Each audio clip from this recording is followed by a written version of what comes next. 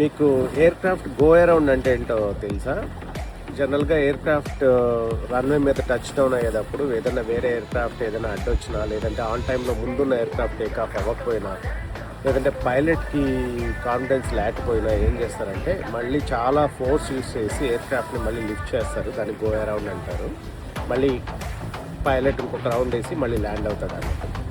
So నేను ఈరోజు San Francisco ఎయిర్పోర్ట్లో ఇంకా అన్ఎక్స్పెక్టెడ్లీ ఒక ఎయిర్ క్రాఫ్ట్ అలా గో అరౌండ్ అవ్వడం చూశాను. So this is how it looks like. ఈ Starlux A350 aircraft Taipei నుంచి శాన్ ఫ్రాన్సిస్కోలో ల్యాండ్ అవబోతోంది. స్టార్లక్స్ ఎయిర్లైన్స్ వాటి A350 ఫ్లీట్కి రోల్స్ రాయ్స్ ఇంజిన్స్ యూస్ చేస్తారు.